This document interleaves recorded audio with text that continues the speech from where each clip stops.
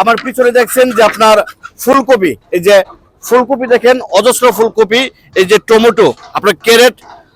Carat ভর্তি করে, এই যে আপনার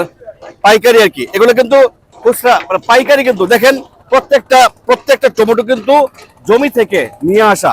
ফুলকপি নিয়ে আসা, এগুলো পাইকারি, এগুলো নৌকা বোঝাই করে নিয়ে আসছে এই ভাসমান বাজারে। এখান থেকে আবার বিভিন্ন ক্রেতা আসে, তারা কিন্তু নৌকা করে এখান থেকে পাইকারি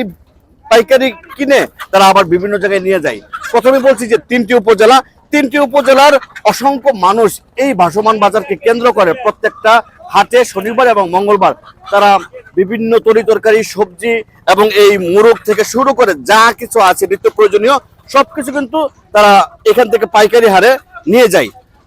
ভাসমান বাজারের তুলনামূলক ওই মূল বাজার থেকে ভাসমান বাজারে এই প্রত্যেকটা তরি তরকারি সবজি একটু কম পাওয়া যায় এই রেটে। এই বিষয়ে আমরা ওকে